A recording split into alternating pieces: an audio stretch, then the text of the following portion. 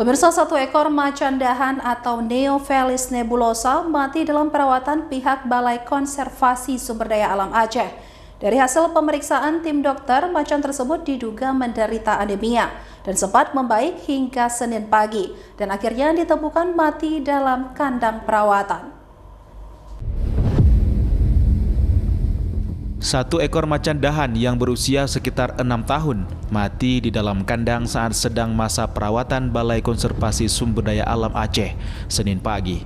Penyebab kematian macan dahan ini diduga akibat anemia, padahal dijadwalkan akan dilepas liarkan ke alam pada bulan ini.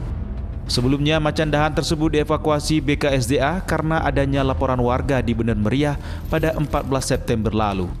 Saat evakuasi kondisinya lemas tak berdaya sehingga langsung dibawa ke kantor BKSDA untuk dirawat dan dilakukan pemantauan intensif sebelum dilepas liarkan kembali. Namun di tengah perawatan, kondisi tubuh macan dahan kembali drop dan tidak stabil sehingga tim BKSDA melakukan pengecekan kesehatan dan hasilnya macan tersebut mengidap anemia.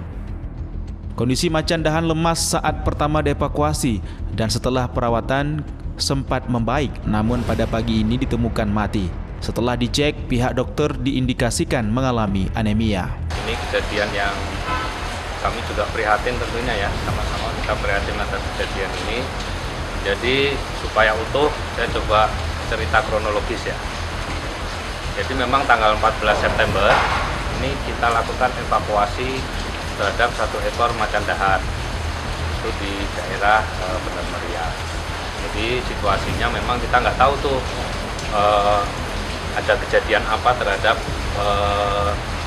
satwa ini gitu ya. Tapi pada saat ditemukan memang kondisinya memang memerlukan tindak lanjut medis, lemas dan lain-lain. Petugas BKSDA sebelumnya sudah memberi asupan gizi seperti daging merah. Namun kondisi macan terus memburuk hingga menyebabkan kematian pada Selasa pagi. Macan itu dikubur di belakang kantor BKSDA dan tim tengah menunggu hasil laboratorium untuk memastikan penyebab utama kematian macan tersebut. Dari Kota Banda Aceh, Topan Mustafa, iNews melaporkan.